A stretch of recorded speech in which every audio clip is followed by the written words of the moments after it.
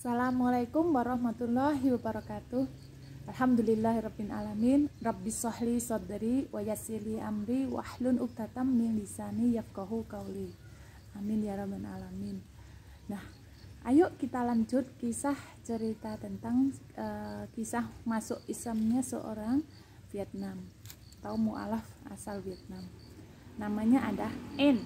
Oke, seorang janda pengusaha perhiasan emas berlian di Vietnam.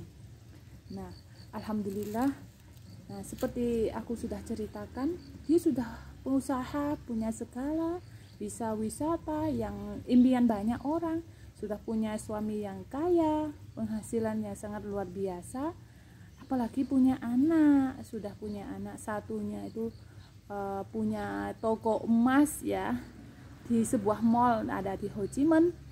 Anak yang keduanya kuliah internasional di Australia. Nah, yang ketiganya masih 7 tahun. Nah, subhanallah, suatu keluarga yang banyak yang impian ya sudah bisa punya turunan tidak kurang-kurang, dan dia pun cantik.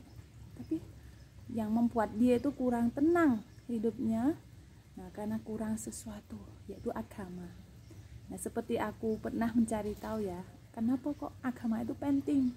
Jadi agama secara bahasa A itu tidak, agama itu kacau. Agama sesuatu bikin tidak kacau. Jadi secara mudahnya seperti itu untuk fahamkan ke orang yang baru mengenal Islam.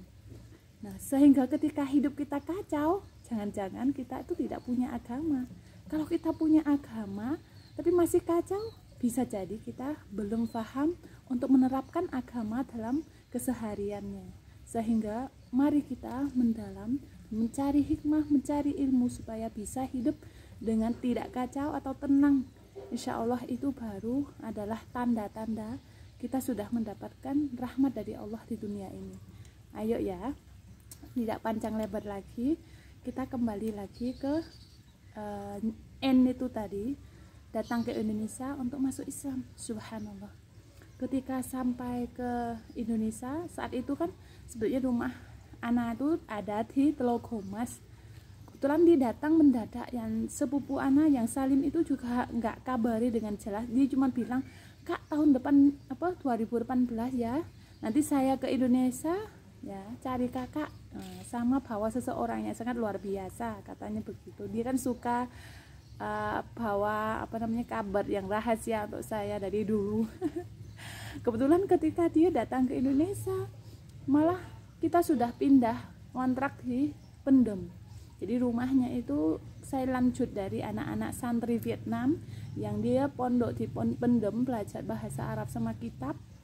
Dan rumah kontrakan itu juga sangat sederhana, meskipun 2 tingkat tapi dari kayu, dan sangat-sangat belum keramik yang baik. Intinya sangat tidak layak bagi seorang pengusaha itu tadi. Tapi subhanallah, ketika dia bertemu, dia tanya-tanya tentang Islam, kita juga mensampaikan apa yang aku dapat di Indonesia, aku rasakan kehidupan aku sebelum memahami Islam, dengan setelahnya aku cerita apa adanya ya. Aku bukan ustazah, bukan siapa-siapa, cuma menyampaikan kebaikan yang aku dapat. Lalu dia sangat senang sekali. Terus sampai sudah mendekati malam, aku juga tanya, "Ayo cari hotel, kamu mau di dekat sini atau gimana?" "Enggak, aku mau tinggal di rumah kamu." Subhanallah. Jadinya lantai tingkat 2 yang kayu yang gak jelas itu ya, kita bikin itu tempat untuk yang perempuan tidur, dan di bawah itu adalah keluarga kami. Nah, kalau yang Salim itu tidur di tempat yang lain. Nah, Masya Allah. Dan ini sangat luar biasa ketika dia nginap di tempat kami ya, hampir 5 hari. Jadi dia tuh beli tiket itu naik jet ya, pesawat itu. Dia datang ke Indonesia 5 hari di Malang dan 2 hari itu di Bali. Subhanallah, sampai itu saya lihat ya,